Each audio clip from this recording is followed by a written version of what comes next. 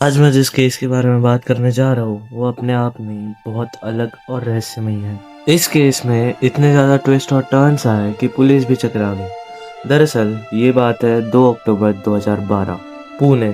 एक 19 साल की लड़की बर्थडे पार्टी में जाती है और अगले दिन उसकी लाश मिलती है। पोस्टमार्टम रिपोर्ट कहती है शरीर में शराब की ओवरडोज और उसके शरीर में एक मर्द का दिल है।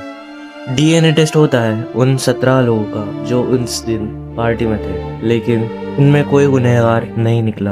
आखिरकार थक हार कर पुलिस एक केस क्राइम ब्रांच को सौंप देती है, क्राइम ब्रांच सीबीआई को। इसका यह वीडियो एक ऐसे केस पर आधारित है जो सिर्फ एक मौत नहीं बल्कि अपने आप में ही एक रहस्य है। इंडिया का सबसे पेचीदा मर्डर मिस्ट्री, नम हसन मर्डर केस, वो आपको आखिर तक बांध के रखेंगे। अगर आपने वीडियो पर क्लिक करा है तो इस वीडियो को आखिर तक जरूर देखिए। कहानी शुरू करने से पहले आप इस वीडियो को लाइक जरूर कर दीजिए और चैनल को सब्सक्राइब भी कर दीजिए। इस पूरी कहानी की शुरुआत होती है महाराष्ट्र के पुणे में रहने वाली एक 19 साल की सनम हसन से।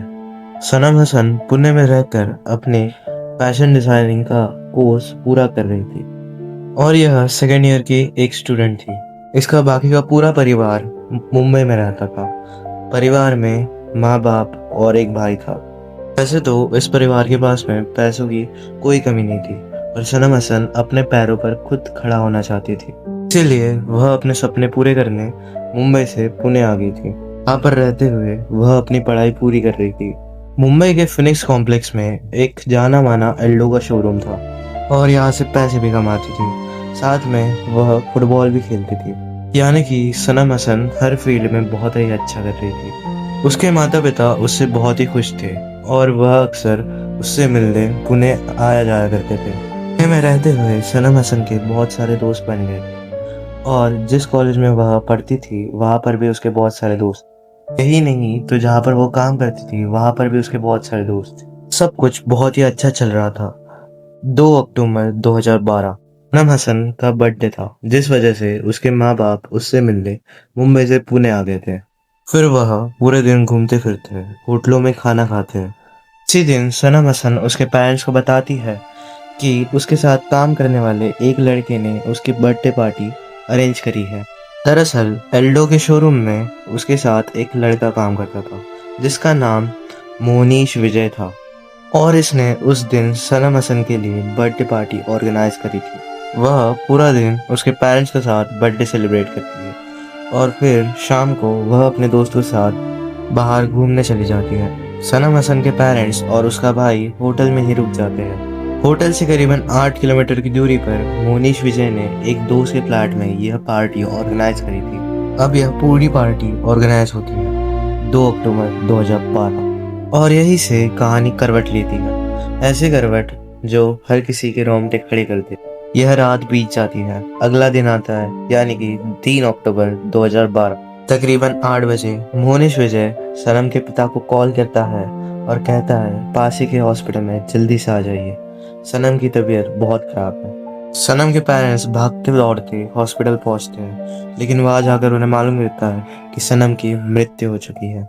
सनम के पेरेंट्स जो थे वो बिल्कुल शॉक में चले जाते हैं, क्योंकि कल तक उनकी बेटी उनके साथ खाना खा रही थी, उनके साथ बात कर रही थी, पर आज वह नहीं है।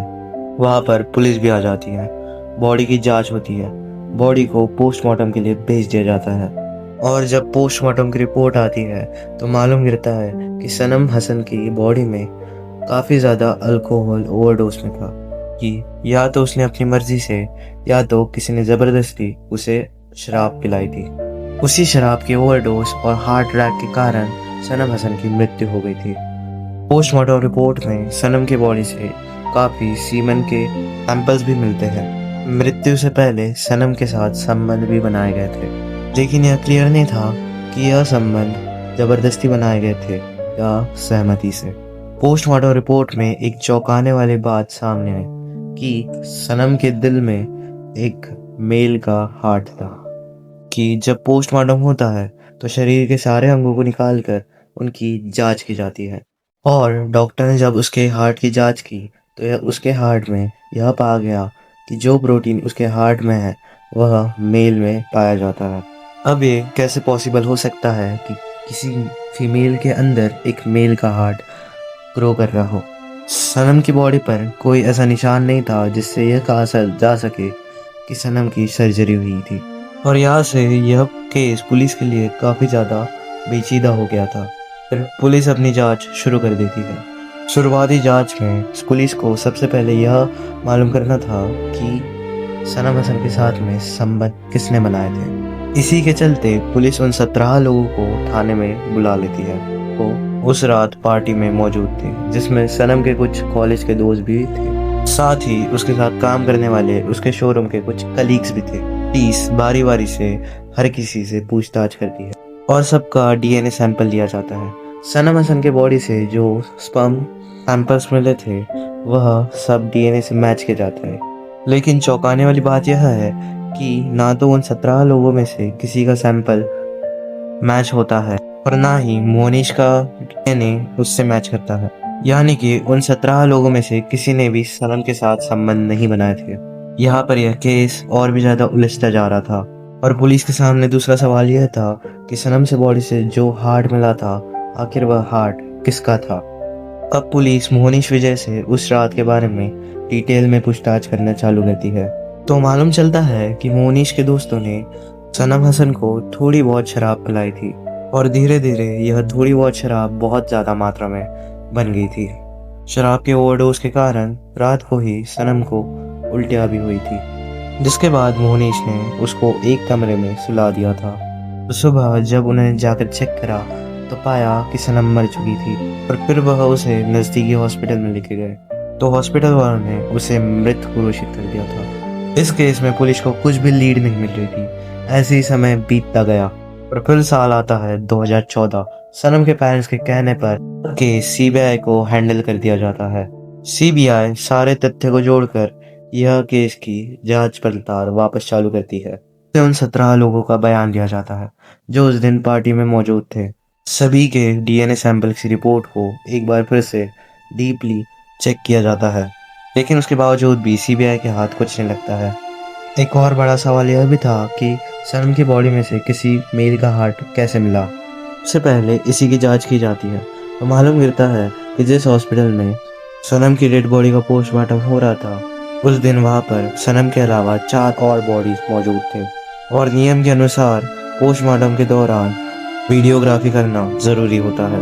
पर उस दिन वहाँ पर मेडिकल स्टाफ ने किसी भी पोस्टमार्टम करते वक्त वीडियोग्राफी बिल्कुल भी नहीं करी थी। और फिर यह बात सामने आती है कि सनम हसन के मर्डर के केस में कहीं ना कहीं मेडिकल स्टाफ का भी हाथ, इसमें मेडिकल स्टाफ और डॉक्टर्स की भी लापरवाही थी। इसमें डॉक्टर ने पोस्टमार्टम के दौरान 2 हार्ट को लेकर गड़बड़ी कर दी थी, जिससे रिपोर्ट में यह दर्ज हुआ कि सनम की बॉडी में से किसी मेल का हार्ट मिला था, जिससे इस केस की दिशा ही बदल गई। हालांकि इस गड़बड़ी का कोई ठोस प्रमाण नहीं, लेकिन सारे तथ्य को जोड़कर यही अंदाजा लगा गया। आखिर सवाल तो वही था, मरने के पहले सनम के साथ संबंध किसने बनाए। जवाब ढूंढने में पुलिस को पूरे 2 साल लग गए। 2016 जब सीबीआई के हाथ कोई भी ठोस लीड नहीं लगती, बीआई कोर्ट से एक खास इजाजत मांगती है। सनम हसन की डेड बॉडी को कब्र से दोबारा निकालने की कोर्ट उनको मंजूरी दे देता है और फिर कब्र से सनम की बॉडी को बाहर निकाला जाता है। बॉडी से कुछ डीएनए सैंपल्स लिए जाते हैं और उन्हें दोबारा टेस्टिंग के लिए भेजा जाता है। फिर भी निराशाजनक रहते हैं। फिर से सीबीआई के हाथ कुछ नहीं लगा।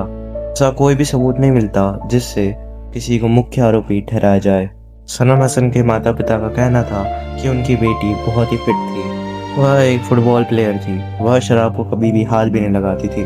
उनका मानना था कि बर्थडे पार्टी में किसी ने ज़बरदस्ती उसे शराब पिलाई, नशे की हालत में उसके साथ दुष्कर्म किया और फिर उसकी हत्या कर दी।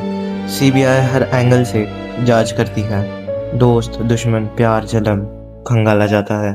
17 लोगों को पाया गया था, उनकी सारी बैकग्राउंड हिस्ट्री निकाली जाती है। पड़ोसियों से लेकर कॉलेज के स्टाफ तक सभी से पूछताछ की जाती है। इतना सब कुछ करने के बाद भी सीबीआई के हाथ खाली रहते हैं। इस भारतीय इतिहास के उन चंद किस्सों में दर्ज हो गया है जो सुलझने के बाद भी अनसुलझे रह जाते हैं। आज के इतनी लंबी प्रक्रिया के बावजूद इस केस में कोई भी ऐसा सबूत नहीं मिला जिससे एक आदमी पर जुल्म ठहराया जाए। आज भी यह केस पेंडिंग के दरिया में है। फिर यह हत्या थी या कुछ और, इसका कोई भी कंक्लूजन नहीं निकल पाया है, लेकिन इस केस की कहानी हमें एक बहुत बड़ा सबक ज़रूर दे जाती है कि अगर आपके घर में बच्चे हैं, खासकर बेटी या बेटा, जो दूर पढ़ाई कर रहे हैं, तो ज़रूरी है कि आप उनके हर एक्टिविटी पर नज़र रखें कि वह किस माहौल में रह रहे हैं, किसके साथ उठते बैठते हैं, कहाँ जाते हैं और क्या करते हैं। तो सबसे ज़रूरी बात, अपने बच्चों से ऐसा रिश्ता बनाएं किसी भी बात को बिना डरे अब आपसे शेयर कर सके। अब आपने यह कहानी सुनी, तो सवाल ये है कि आपका इस केस पर क्या नज़रिया है। कमेंट करके ज़रूर बताइए, इससे आप तक ऐसी कहानियाँ पहुँचे जो ना सिर्फ सच्ची हो बल्कि कुछ आपको सिखा कर भी जाए। इस वीडियो को लाइक और सब्सक्राइब ज़रूर करें और हाँ, सतर्क ज़रूर रहिएगा।